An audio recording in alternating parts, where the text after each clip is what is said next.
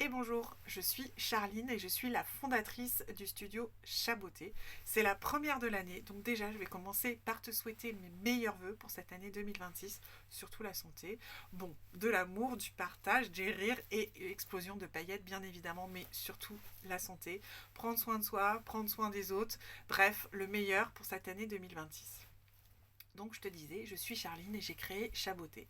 Chaboté, c'est un studio que j'ai créé pour l'accompagnement de personnes qui traversent la maladie, pour les personnes qui ont perdu toute confiance en elles, et aussi pour, voilà, peu importe ce que tu traverses, ça peut être parce que tu es aidant de quelqu'un, ça peut être aussi parce que tu as traversé un deuil.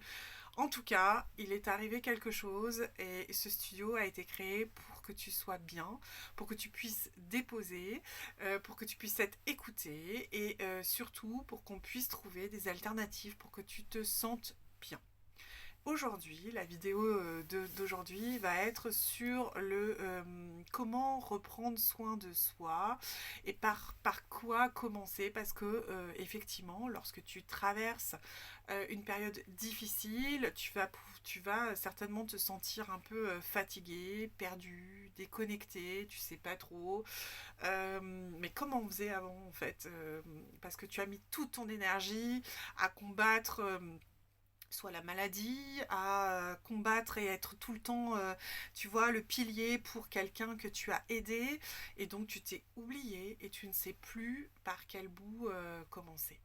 Donc, on va y aller tout doucement et calmement. On va essayer de voir comment on peut reprendre soin de soi.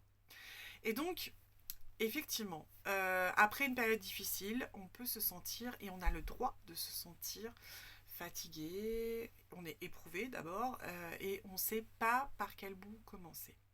Et parfois, on se dit, mais je comprends pas, pourquoi je me sens pas bien, pourquoi j'y arrive pas, pourquoi je suis lente, et pourquoi je ne suis plus la personne d'avant. Et ça, parfois, on comprend pas. Mais en fait, en réalité, est-ce qu'il y a tout simplement pas de mode d'emploi? Est-ce que c'est pour ça aussi? Parce que il n'y a aucune obligation à ce que tu sois la même qu'avant.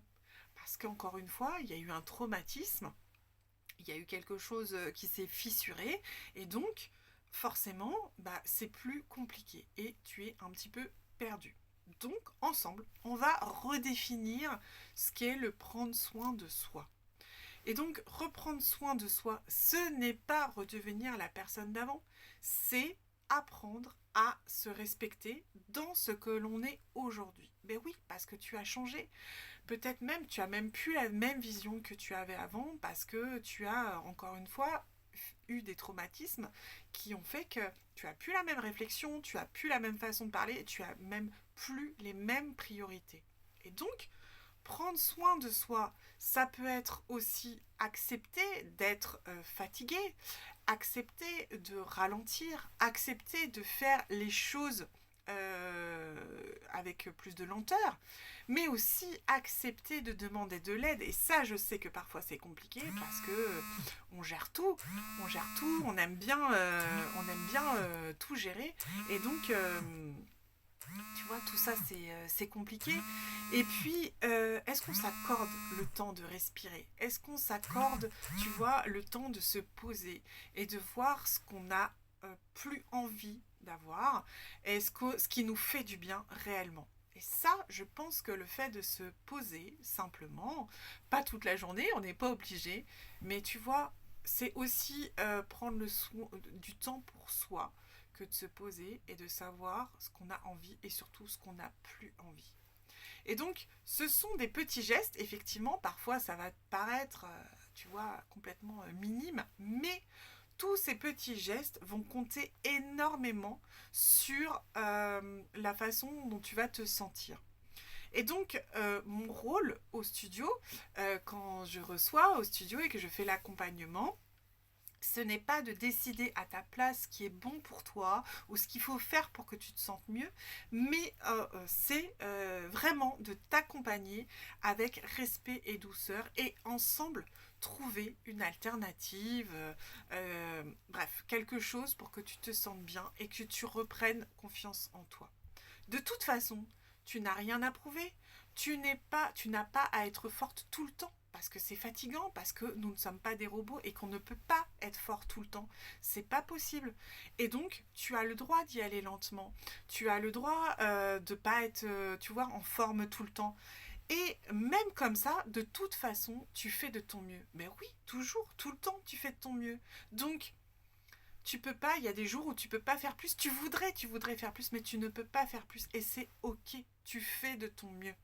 Donc, sois fier de toi, même si pour toi ce sont des petites choses par rapport à ce que tu faisais avant. Mais ces petites choses, il faut être que tu sois fier de toi. C'est hyper important. Parfois, je pense que dans cette vie un peu à 100 à l'heure, où tout le monde est un peu speed, on ne dit pas assez et on n'est pas assez fier de nous, de ce qu'on fait tous les jours, parce que tous les jours on fait des choses hyper chouettes, hyper gratifiantes et des choses que peut-être, tu vois, tu te dis, oh, mais comment j'ai fait pour faire ça? Mais oui, oui, tu les as faites. Donc, sois fier de ces choses que tu fais tous les jours. Voilà.